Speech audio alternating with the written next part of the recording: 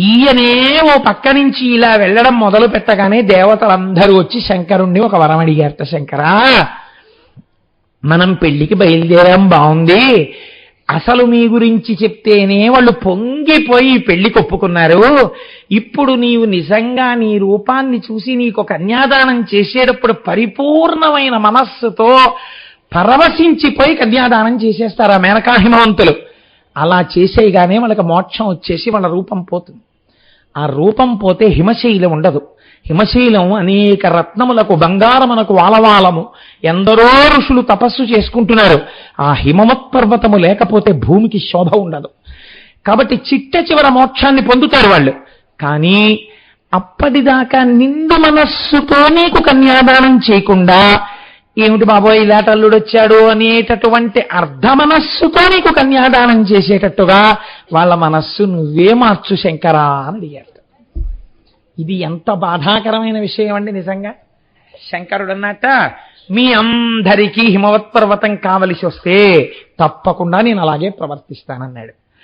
అందరూ కలిసి బయలుదేరారు. ఈలోగా హిమవంతుడు తను శుభలేఖలు వేయించుకున్నాడు. ఆడపిల్లి వారు కూడా శుభలేఖలు వేస్తారు కదండి. మరి శుభలేఖలు వేయించుకుని ఆయన తన బంధువులందరికీ పంపించాడు ఆ శుభలేఖలు.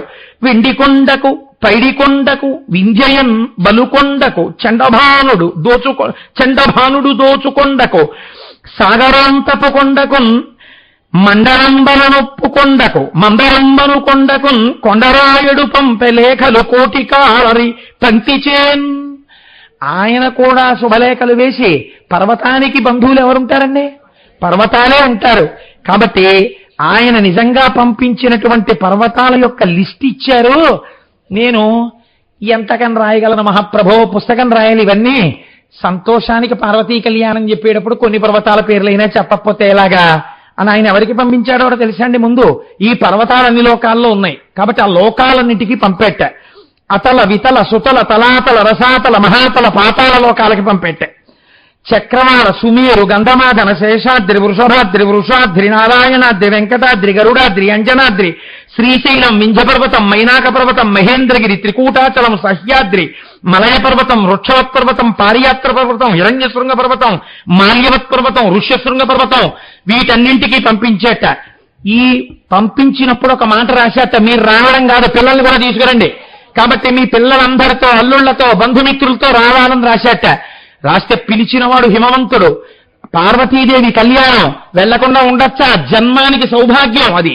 కాబట్టి తప్పకుండా వెళ్ళాలి, కళ్యాణం చూడాలి, ఆ ఊరేగింపు ఏమిటో చూడాలి, ఎంత గొప్పగా చేస్తాడో చూడాలి. కాబట్టి ఇప్పుడు వాళ్ళు వాళ్ళ పిల్లలతో వెళ్తున్నారట. ఎవరు వాళ్ళ పిల్లలు? వాళ్ళకి మగ పిల్లలు ఉన్నారు, ఆడపిల్లలు ఉన్నారు. ఆడపిల్లలు ఎవరట? నదులన్నీ ఆడపిల్లలు. కాబట్టి ఇప్పుడు ఈ నదులకి ఎవరినిచ్చి పెళ్లి చేస్తారు? సముద్రం నుంచి పెళ్లి చేస్తారు. నదులన్నీ సముద్రానికి చేరిపోతాయి. కాబట్టి ఏ నదులు వస్తున్నాయి పెళ్లికి? కొన్నే చెప్తున్నానండి నేను, అన్నీ కాదు. భాగీరథి, గౌతమి, నర్మదా, యమున, సరస్వతి, కృష్ణవేణి, బహుదా, భీమరథి, తుంగభద్ర, రేణుక, మాలాపహారి, కావేరి, కృతమాల, తామ్రపర్ణి, విశోక, కౌశికి, కండకి, విచిత్రక, వశిష్ట, ప్రవర, కాశ్యపి, సరయు, సర్వపాప, కుశావతి, ఫల్గుని, రేవ, కరతోయ, పుణ్యత, ఈ నదులన్నీ వచ్చేట. ఈ నదులకి చాలా ఆప్తులు ఉన్నారట. ఇవి ఒరుసుకుంటూ వెళ్ళిపోతున్నప్పుడు ఆ నదీ పరివాహ ప్రాంతంలో పంటలు పండి రాజులు రాజ్యాలు వెళ్తారట. కాబట్టి ఈ నగరాలతో వాటికి అనుబంధం ఉంది. అందుకని చిలికెత్తెల్లా ఉంటాయి ఈ నగరాలు, ఎప్పుడు వాళ్ళతో పెడతాయిట. అందుకని ఈ రాజ్యాలు వచ్చేస్తున్నాయిట. కురు, పాంచాల, కోసల, కాశీ, వజ్జి, మల్ల, అంగ, మగధ, వత్స, మచ్చ, చేది, అవంతి, గాంధార, కాంబోజ, సౌరాష్ట్ర, ఆశ్మక, ఎన్ని రాజ్యాలు, ఈ రాజ్యాలు వచ్చేస్తున్నాయిట. వీళ్ళకి కొడుకులున్నారు. ఈ అరణ్యాల మీద ఉండేటటువంటి పెద్ద పెద్ద అరణ్యాలు, అరణ్యాలన్నీ కొడుకులు ఈ పర్వతాలకి. అవేమిటి? దండక, వింజక, చంపక, బదరిక, నహుష, నైమిష, దయిత, గుహ, దేవదారు, శ్వేతాఖ్య, ఇవన్నీ బయలుదేరాయిట. ఈ కొడుకులకి పిల్లలున్నారు. ఎవరా పిల్లలు? పక్షి, మృగ, శబరి, కిరాత, మానవ, సర్ప, కీట, ఈగలు, చీమలు, దోమల దగ్గర నుంచి అరణ్యంలో ఉంటాయి. కాబట్టి ఇవన్నీ బయలుదేరాయిట. ఇంతమంది బయలుదేరి పార్వతీ కళ్యాణానికి హిమవత్ పర్వతం మీదకి చేరుకున్నారు. అంటే మీరు చూడండి, ఇంకా పటాటోపం అసలు ఆ రోజున హిమవత్ పర్వతం మీద ఎంతమంది చేరిపోయారో చూడండి. మనుష్యులు కాదు, సమస్త జాతులు, సమస్త లోకాలు, సమస్త కొండలు, సమస్త నదులు, సప్త సముద్రాలు, ఇంతమంది పార్వతీ కళ్యాణానికి వెళ్ళిపోయారు. వెళ్ళిపోతే పొంగిపోయాట హిమవంతుడు. ఇంతమంది వస్తున్నారు, క్యాటరింగ్ ఎలాగ అనుకోలేదు ఆయన. అనుకుని చాలా సంతోషపడిపోయి అలంకారం చేశాట. రేపొద్దున్న మనందరం కూడా పరమశివుడి యొక్క అనుగ్రహాన్ని, అమ్మవారి అనుగ్రహాన్ని పొందడానికి అమ్మ సంతోషం ఎప్పుడో తెలుసా అండి? కళ్యాణానికి వస్తే కాదు, తన భర్త వస్తున్నప్పుడు ఇలా ఎంతమంది వస్తున్నారని చూస్తుంది. దానికి పొంగిపోతుంది. పతివ్రత కదండి. అందుకని పురాలంకారం చేసేట హిమవంతుడు. ఎలా? మృగనాభిజలములు ముంగిళ్ళ జల్లిరి ముగ్గులు తీర్చిరి ముత్తియముల ధనరనంగళ్ళ చిత్తరవులు వ్రాసిరి హేమకుంభంబులెత్తిరింద్రనెల్ల బహుమార్గముల నంది పడగలు గట్టిరి కీలించి కట్టిరి మేలుకట్లు కమనీయ గతుల వజ్జములు మ్రోయించిరి ఎలమి శృంగారించిరెల్ల చోట్ల బరగ సకల లోకపతికి సమర్పింపనాయితములు చేసిరఖిలమణులు సర్వజనులు మిగుల సంపదనుందిరి భూధరేంద్రుడేలు పురమునందు. ఆ వచ్చేటప్పుడు చక్కగా ఇళ్ల ముందు సువాసనలతో కూడినటువంటి జలాల్ని ప్రతి వీధిలో జల్లేశారట. ముత్యాలతో ముగ్గులు పెట్టేశారట. రేపొద్దున్న పరమేశ్వరుడు ఈ లోపల ప్రవేశించడానికి ఇదంతా ఆవు పేడతో నీళ్లు జల్లి ముగ్గులు పెట్టేస్తాం మనం. పెట్టేస్తే శంకరుడు రథం ఇక్కడ వరకు వచ్చి జయ జయ శంకర హర హర శంకర అని లోపలికి ఎడుతుంటే శంకరుడు అమ్మవారి బుగ్గలు ఎర్రబడిపోతాయి. ఇవి కాకినాడ భక్తులరా, నాకు మళ్ళీ హిమవంతుడు చేసినట్టు చేసేశారు కళ్యాణం అని. కాబట్టి ఆ ముత్యాలతో ముగ్గులు పెట్టేశారట. ధనర నంగళ్ళ చిత్తరములు రాసిరి హేమకుంభములెత్తిరిండ్లనెల్ల ప్రతి ఇంట్లో హేమకుంభాలను ఎత్తారట. నందీశ్వరుడు యొక్క పటాలు గీసేసి ఊరంతా పెట్టేశారట. శంకరుడు చూసి పొంగిపోవాలని, అబ్బో అబ్బో అబ్బో ఏం పటాటోపం నేను వస్తున్నానని అని సంతోషపడిపోవాలని. ఇలా ఎక్కడ చూసినా ఎవరికి వచ్చిన వాద్యాలు వాళ్ళు వాయిస్తున్నారట. ఈలోగా వచ్చేస్తున్నాడు పెళ్లి కొడుకు అన్నారు. ఎదురు సన్నాహం వెళ్ళాలి కదండి. మరి ఆడపిల్ల తల్లి, ఆడపిల్ల తండ్రి వీళ్ళిద్దరే వెళ్ళకూడదు. వీళ్లతో పాటు కొడుకు వెళ్ళాలి. పెద్ద కొడుకు ఎవరు?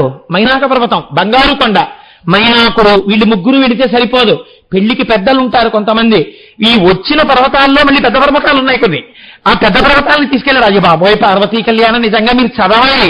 నోటితో చెప్పడం కాదు, అసలు పోతన గారు పరవశించిపోయి ఎన్ని పద్యాలు వేసేశారు ఆయన. అలా వీళ్ళందరూ బయలుదేరి వస్తుంటే మేనకాదేవికి దూరం నుంచి ఒకసారి అల్లుణ్ణి చూద్దామనిపించిందిట. అనిపించి అంతఃపుర గవాక్షంలోకి ఎక్కింది. చెప్పేవాడెవడు? ఇంతకుముందు చూడలేదుగా శంకరుణ్ణి. అందుకని నారదుణ్ణి పిలిచి, నారదుడు కూడా వస్తాడంటే కళ్యాణంలో మనతో పాటు, పక్కన నించోబెట్టుకుని, ఏమయ్యా ఎవరో మా అల్లుడు చెప్దు అంది.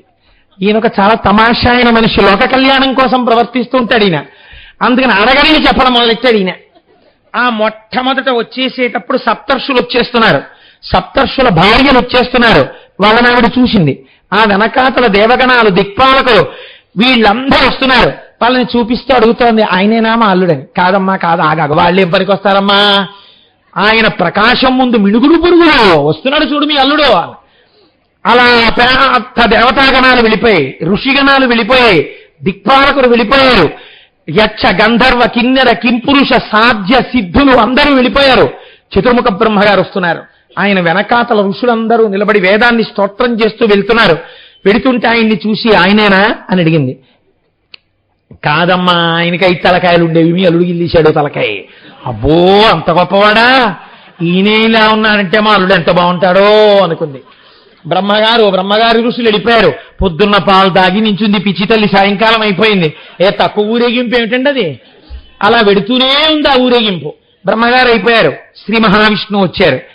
ఈయనేనా మా అల్లుడబ్బాయి ఎంత బాగున్నాడో, మేఘశ్యామం పిత కౌశేయవాసం అని అడిగింది. కాదమ్మా కాదు, ప్రస్తుతానికి కాదనుకో, ఆయనకి మీ అల్లుడికి భేదం చెప్పకూడదని శాస్త్రం చెప్తోంది. కానీ ప్రస్తుత మీ అల్లుడు కాదు ఆయన.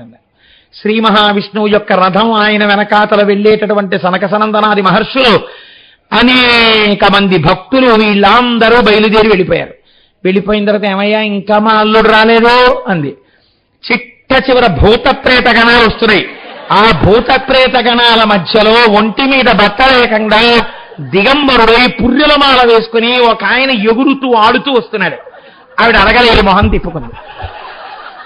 ఈయనన్నాడు, మొహం తిప్పుకుంటామేం చూడ, ఆయనే మీ అల్లుడని చెప్పి వెళ్ళిపోయాడు. ఇక చూడండి మేనకాదేవి బాధ. ఆవిడ వెంటనే అంతఃపురంలోకి వెళ్ళి పార్వతీదేవిని పిలిచి, నిన్ను చంపి నేను చచ్చిపోతాను, నా కోసం తపస్సు చేశావా? పార్వతీదేవి, అమ్మా నీకు వచ్చిన బాధ ఏమిటండి? ఏమిటి వాడి పెళ్లి కొడుకు ఏమిటే, రేపు పొద్దున్న పండక్కి అల్లుడు ఇంటికి వచ్చాడంటే వీధిలో చూడ్డానికి నిలబడితే మీ నాన్నగారు మా అల్లుడని ఎవరికి పరిచయం చేస్తాడే? ఇదెక్కడి ప్రారంభ కర్మ? ఒంటి మీద బట్ట కూడా లేదు, ఆయన అల్లుడేమిటి, ఆ ఇగురుడేమిటి, ఆ నాట్యం ఏమిటి, ఆ భూత ప్రేతగణాలేమిటి? వెళ్ళిన వాళ్ళలో ఒక్కడు నచ్చలేదే నీకు, వీడే వచ్చాడు, ఒక్క నాటికి నిన్నిచ్చి కన్యాదానం చేయండి. అయిపోయింది కదండి, దేవతల కోరిన కోరిక తీరిపోయింది. ఇప్పుడు పాపం ఎవరు చూశారు ఆయన్ని? ఆయన చూసిన వాడు లేరు, పెళ్లి కొడుకుని చూసిన వాడు ఎవడు లేడు. వీళ్ళందరూ విడిదికి వెళ్ళిపోయారు. విడిదికి వెళ్ళిపోయిన తర్వాత ఆయన మామూలుగా తన స్వస్వరూపాన్ని పొందేశాడు. ఇప్పుడు ఏమిటి, రామమ్మ ఎదురు సన్నాహం పెడదాం, విడిది నుంచి రమ్మని కబురు చేద్దాం, నేను ఒక్క నాటికి రానంది ఆవిడ. నేను ఒక్క నాటికి రాను, వాడల్లు లేడు, మహాప్రభుడు రానంది ఆవిడ. హిమవంతుణ్ణి ఏమయ్యా నీ భార్యకి చెప్పంటే, అయ్య బాబోయ్ ఇలాంటి వాటిలో పిల్లలతో మాట్లాడడం కష్టమండి, మీరే ఏదో ఒక విషయం చూసుకోండి అన్నాడు ఆయన. పార్వతీదేవి అయ్యో ఇదేమిటి చిట్ట చివరి వరకు వచ్చి స్వామి మళ్ళీ ఇలాంటి మిలిత పెట్టారు, దేవతా కార్యం అని తెలుసుకుంది ఆవిడ పాపం. అప్పుడు మళ్ళీ అరుంధతీదేవి వచ్చింది. అమ్మా పిచ్చిదానా, నీకేం తెలుసు శంకరుడంటే? కృపాళు, మహానుభావుడు, ఆయన దేవతల కార్యమై ఇలా చేసేవలసి వచ్చింది. శంకరుడు యొక్క సహజమైన రూపం అది కాదు. నిజంగా శంకరుడు ఎలా ఉంటాడో నువ్వు వెళ్ళి ఆ ఎదురు సన్నాహంలో ఒక్కసారి పెద్దలైన వాళ్ళతో కలిసి వెళ్ళు, వెళ్ళిన తర్వాత ఆ మధుపర్కం పట్టుకుని వెళ్ళు. ఎందుకెడతారో తెలుసా అండి? అలా వెళ్ళేటప్పుడు ఒక రహస్యం ఉంది. అల్లుడు కొడుకుల యొక్క జాబితాలోకి వస్తాడు, అత్తగారికి మామగారికి పుత్రపంచకంలోకి వస్తాడు. కాబట్టి అది జీవితాంతం ఉండవలసినటువంటి అన్యోన్యత. కాబట్టి అల్లుడు అత్తవారింటికి రాననే మాట జీవితంలో ఇక రాకూడదు. అతను కూడా కొడుకుతో సమానం. మామగారికి ఒంట్లో బాగుండకపోతే ఒక కొడుకులా పట్టుకుంటాడు, ఒక తల్లిదండ్రుల్ని చూసినట్టు చూస్తాడు. మా ప్రేమ ఇలా కలగాలని మధుపర్కం పట్టుకుని ఎడతారు. వెళ్ళి ఆ తేనె పెరుగు అన్నీ కలిపి త్రాగించమని పెళ్లి కొడుక్కి అత్తగారు మామగారు పెద్దలతో కలిసి వెడతారు. కాబట్టి ఇప్పుడు ఎవరితో వెళ్ళేట హిమవంతుడు వెడుతోంది, కానీ మేనకాదేవి రుసరుసలాడిపోతోంది. ఎలా వస్తాడో ఏమిటో అంటూ బాబా. గంధమాదనమేరు కైలాస శైలాదికుల శైల భర్తలు కొలిచినడు. గంధమాదన పర్వతం భార్యతో వస్తోంది, కానీ ఏమిటో ఇంత సంబంధం, ఇంత అల్లరి పెద్ద దీనికి అని చెప్పి పొడుస్తున్నారు వాళ్ళు.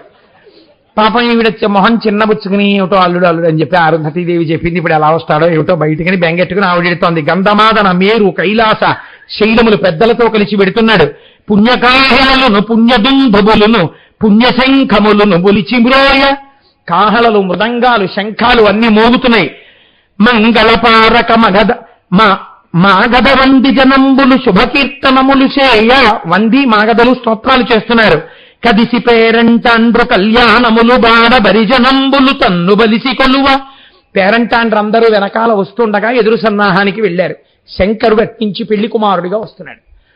కోటి సూర్య ప్రతీకాశం సర్వావయవ సుందరం విచిత్రవసనం ఛాధ నానాభూషణ భూషితం. ఆయన వచ్చేటప్పుడు కోటి సూర్య సుప్రకాశం. ఆయన విడిదిలోంచి బయటికి వచ్చే ముందే కోటి సూర్యులు వేయించిన కాంతి వచ్చింది. అటువంటి కాంతితో విచిత్రవసనం ఛాధ. ఇప్పటిదాకా పులితోలవి కట్టాడు, ఇప్పుడు అసలు అటువంటి వస్త్రం ఒకటి ప్రపంచంలో ఉంటుందని ఎవ్వరికీ తెలియదు. అటువంటి బంగారు సరిగంచు పంచె కట్టాడు, అటువంటి ఉత్తరీయం వేసుకున్నాడు. విచిత్రవసనం చాధానాభూషణ భూషితం. అనేకానేకమైనటువంటి భూషణ భూషితుడయ్యాడు. బంగారు హారములు, బంగారు కేయూరములు, బంగారు కంకణములు అన్నీ పెట్టుకున్నాడు. పెట్టుకుని మహానుభావుడు వస్తున్నాడు. సుప్రసన్నం సులావణ్యం సుహాసంచ మనోహరం. ఆ వస్తున్నప్పుడు ఇది శంకరుడి యొక్క నిజస్వరూపం. సుప్రసన్నం నవ్వుతూ ఉన్నాడు. సులావణ్యం ముట్టుకుంటే కందిపోతాడేమో అనిపించిందిట. సులావణ్యం సుహాసంచ చిన్ని చిరునవ్వు. మనోహరం చూడగానే అలా ఉండిపోతారట. ఎంత ఋషికాంతలైనా సరే శంకరుణ్ణి చూస్తే వెళ్ళి కౌగలించుకోకుండా ఉండలేరు, అంత అందగాడు. సుహాసంచ మనోహరం గౌరాభం ద్యుతి సంయుక్తం. గౌరాభం గౌరీదేవి కాంతి ఎటువంటిదో అటువంటి కాంతితో ఉన్నాడు ఇవాళ. ద్యుతి సంయుక్తం అటువంటి కాంతితో, గౌరాభం ద్యుతి సంయుక్తం అటువంటి వాడై బయలుదేరి వస్తున్నాడు. సూర్యేణ చిత్రితం మూర్ధ్ని చంద్రదండ విరాజితం, సూర్యుడు గొడుగయ్యాడు, చంద్రుడు ఆ గొడుగుకి దండమయ్యాడు. గంగా యమునా చైవ విధర్తుస్మనుచామరే. శంకరుడు వస్తున్నప్పుడు గంగాదేవి యమునాదేవి ఇద్దరూ రెండు పక్కల శంకరుడికి వింజామర వీస్తూ వస్తున్నారు. అందుకే రేపు పార్వతీ కళ్యాణంలో మీరు చూద్దురు గాని ఇద్దరు చిన్న చిన్న పిల్లలు పట్టుబట్టలు కట్టుకుని కళ్యాణం అయ్యేంత వరకు కూడా పక్కన ఇందాక మీరు చూసిన వింజామర వేస్తూ ఉంటారు.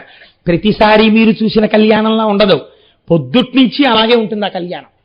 ఈ ఆదివారం ఏం పనులు పెట్టుకోకండి, అందరం పార్వతీ కళ్యాణానికి వచ్చేద్దాం. కాబట్టి ఇలా బయలుదేరి వచ్చేటప్పటికీ మేనకాదేవి చూసి పొంగిపోయిందిట.